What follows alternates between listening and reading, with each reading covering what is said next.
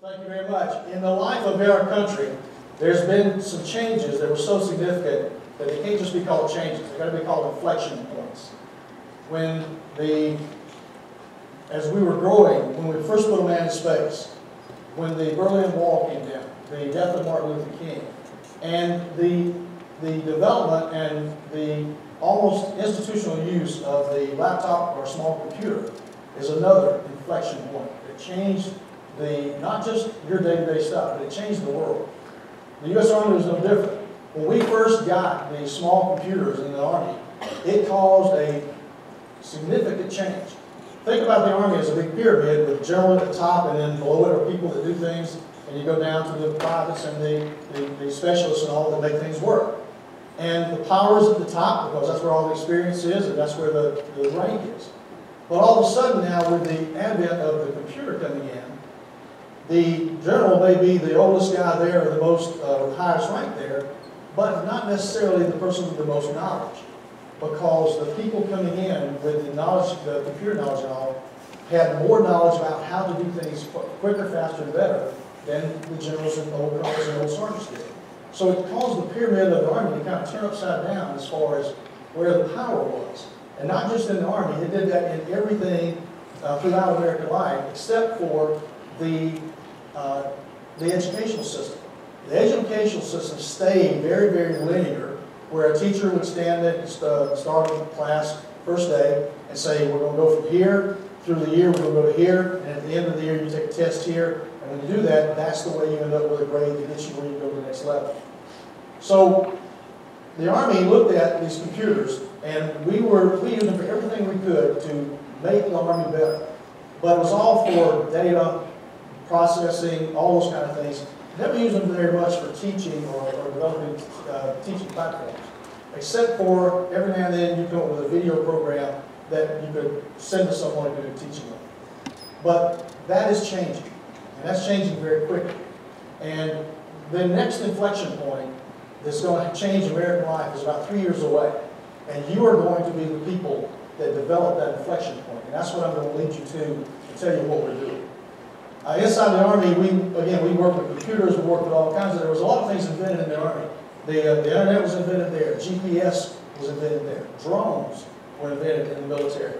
A lot of the things that you see on computers were invented or developed there in the Army.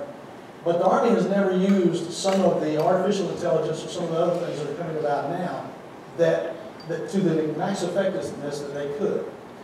But in 2004, 5, and 6, when I commanded Iraq, we were receiving about 10,000 troops a day, and we were sending home about 10,000 troops a day.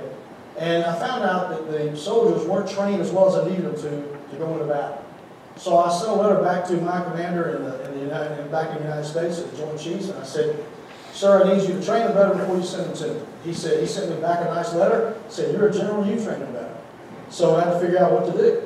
So I started asking all the young people, we bring them in and say, how do you like to learn? And they said, well, we don't want to listen to an old guy like you stand up on stage and talk to us.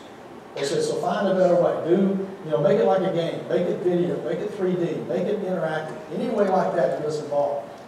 So I studied thousands of soldiers, and instead of taking them directly into combat into Iraq, we brought them into Kuwait, and we put them into a school, and we started teaching them in interactive 3D, virtual reality, augmented reality programs.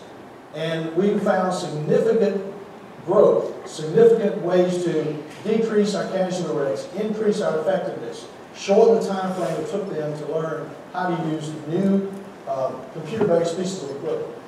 When I first got in the Army, the tanks, M60A1 tanks, were all hydraulic, and to turn the turret of a tank, you turn 2 cranks, and the hydraulics will turn the turret around.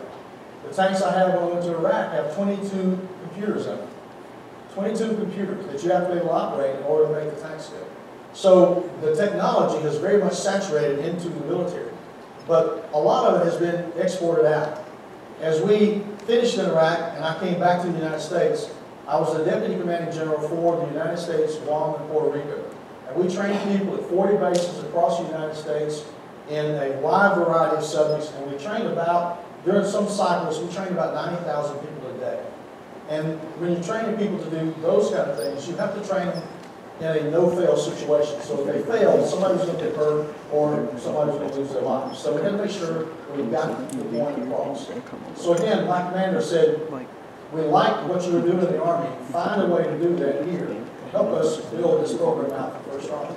So we developed virtual reality programs. We developed actually 3D interactive caves where we could put people in an immersive environment and teach them. And again, we saw great spikes in the learning potential, great spikes in the understanding of critical path thinking skills. And also we saw a great change in the way that the soldiers were receptive to being trained. They enjoyed this. So I wrote a paper for the Army, and I titled it Screen Agents. And I said the people that we are recruiting are three-screen learners. They learn off of a cell phone, a laptop, and a television. And we need to start building our training programs that way.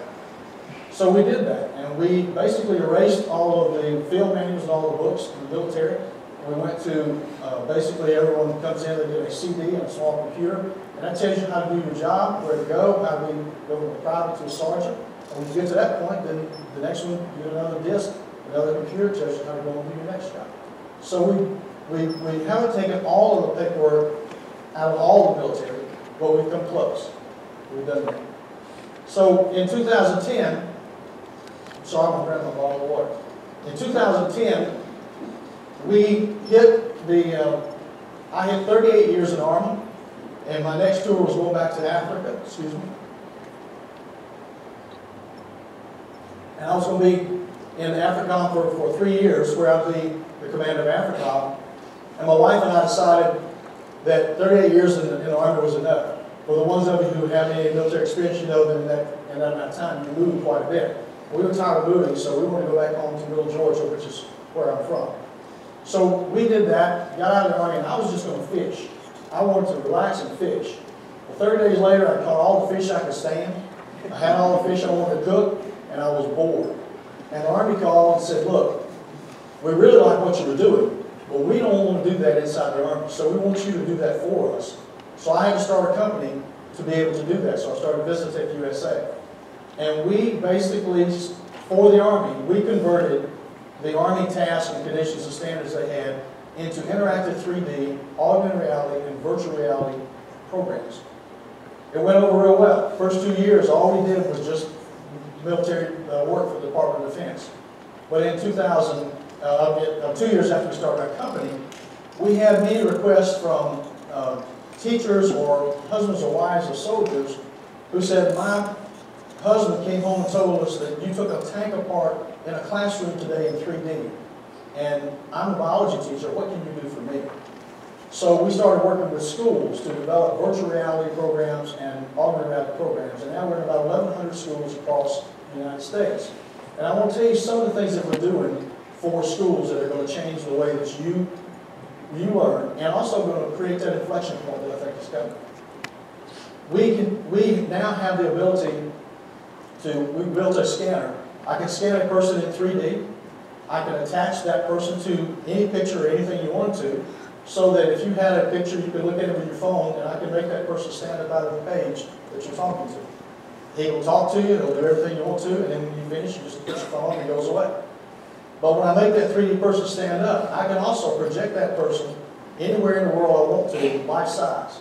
So we taught a class. I have the fortune of working with one of the smartest scientists I've ever worked with. His name is Dr. Carol Lastinger, and he developed a lot of the 3D work that we do. So I taught a class in Phoenix. At the same time, he taught a class in Atlanta. I projected myself to Atlanta on the stage, so he was real, and I was standing beside him in 3D. In Phoenix, I was real, and he was standing beside me in 3D. And the 3D was real enough that if I threw a ball to the people in Phoenix, the people in Atlanta would die. So the 3D interactivity has come that far. So we're using that now, and one of the things that's happening, school systems across the southeast where they can't find enough qualified math teachers or science teachers are asking us, can we put a 3D teacher in multiple classrooms? So can I take your best teacher, capture them, and then portray them in 5 classrooms so that you have a live person teaching, and then you have, in 4 or 5 places, you have a 3D person teaching, and we can do that. That's a significant change that's going to come out. In addition to that, though, what's going to drive the change is not just the fact that we can do 3D. That's been around a long time. Augmented reality and virtual reality are growing so fast that the combination of those and artificial intelligence is starting to make a really, really significant change that I think is going to upend education forever. For instance, how many of you like world history or U.S. history? Okay, most of you did, thank you. Most of you, if you like world history or U.S. history, you learn it from a book or from videos or from someone talking to you about it. If you're very lucky, you get someone who's lived some of it who can talk to you about it. What we've been able to do now is hire historical actors to play George Washington. We film them in interactive 3D. I can tie him to the book that you have, so when you open the book, you can look at it with your phone, and George Washington will stand up out of the page and talk to you about what he did when he was crossing the Delaware. I can also take George Washington and portray him in your classroom, so that he stands there and looks like he's there talking to you. And that's a significant event. But if you combine the virtual reality being able to do that with the artificial intelligence of something like the voice of Siri in an iPhone, we've been able to take a chip from Siri and plant it into a virtual reality George Washington and give it 5 or 6 keywords so that if you say wooden teeth, George Washington will answer you, yes, I have wooden teeth. And he'll explain to you how bad it was to have wooden teeth back in his time. Or, did you chop down the cherry tree? That cherry tree word will prompt him to answer you. So you're talking to a virtual person who can do that. We have just replaced in medical school in Kentucky, we're getting ready to go to Illinois, we just replaced all their cadavers with virtual people. So we can now place virtual people there that you can operate on down to cellular level. And when you finish operating on them, you cut the machine off and they go away. There's no cadavers, there's no refrigeration, there's no chemicals, there's nothing like that. So the virtual reality world is growing extremely fast. But the combination of virtual reality and artificial intelligence is going to create a new system of mixed reality where you're going to be able to walk into a room, and we're building a center like this, we're ready to build a center like this in Georgia. You can walk into a building where the rooms have pictures on the of images that are projected by a projector instead of paintings. So say you walk into a room and in there is the rainforest, and you're there to study the rainforest, and there's a jaguar on the wall. You can walk over and touch the jaguar and walk back, and that jaguar will walk with you into the room. We can project that so that it looks just like it's there. And here's another key thing. You're not wearing any special glasses. You don't have to wear special glasses to see this. It's not like when you go to the 3D theater where you put them on and then you have to wear special glasses. So the addition of artificial intelligence into the virtual reality world is creating a mixed reality platform that is going to change schools forever. I don't think in 5 years, I don't think you'll see schools that are progressive schools. I don't think you'll see any of them where you have a teacher that stands up on a platform and just teaches anymore. What teachers are going to do is become subject matter experts in their field and coaches. And what they're going to do for you and for your younger brothers and sisters is they're going to teach you problem-based learning skills. They're going to say, here's how you solve intricate problems. Here's a problem we need you to come up with a solution for, and we want you to develop a solution for this and then be able to verbalize it and talk to the people in your class so they understand how you solve the problem and what the outcome should be if they follow this. Now, one of the schools that I was in a few months ago is called a launch school. Have any of you ever seen or heard of a launch school? Excuse me. Okay, I had not either. All right, this is a school. It's a first grade through 12th grade. The first half of the day, they attend normal classes, just like everybody anywhere that wants to go to school does. In the afternoon, they go into business classes. And this school has the ability to just create their own businesses. If they come up with ideas, they can create their own businesses. The school furnishes them microloans to be able to run their businesses. And in this school, which is in Colorado, they have developed 6 products that they now have patents on, and they are running businesses. So while I was out there, I went to a board of directors meeting for one of the companies they had started, and the CEO was in the 4th grade, and the chief operating officer was in the 3rd grade, and they were assessing a product that had been given to them by a company. Said, I want to know if your mom will buy this. So I watched this team of young children go through this, and basically it was in a clamshell package, and it was so tight, they all said, my mom's not going to buy this, it's too hard to get into. So that they fed that back to the company, and the company changed their packaging so that it became more user-friendly. And those are the kind of things I think you're going to see more going on in schools. So what's happening is the traditional student that came and had a linear progress is now in an asymmetrical world where you're learning like you do from every input. More interaction, more electronics, more collaboration with other people, but this problem-based learning driven toward creating solutions.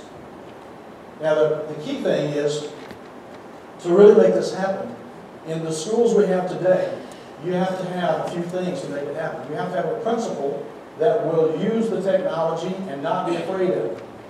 You have to have teachers that understand the technology and can help you work through it. And then you have to have leaders like you folks who can come in there with the most knowledge and explaining to us old folks what virtual reality is and how the best way to use it. So my challenge to you today is be the leader for the next inflection point that's going to hit the United States or the world. You are changing and growing faster in your educational mind than people my age ever will. You are changing things because you have ideas that you can see how to fix electronically through the technologies that are out there or the ones that are going to be invented in the next few years. So use that program to think about how to best educate us in a way that supports the world that we want to live in. A lot of the jobs that people are being trained for right now will be obsolete by the time they get their degree. What's going to happen again is the technology is changing so fast and growing so quickly that the ones who can adapt, who can take the virtual reality, mixed reality, artificial intelligence, put them all together and create a solution for companies are going to be the ones who lead. We're going to be the ones who lead the world. So my challenge to you today is be that technology leader. Don't just come to school with something that's got a wow factor that you enjoy. Come to school with something that you can go to your teacher and say, here's a new way to learn. And if you help me with this, we will all be better for you.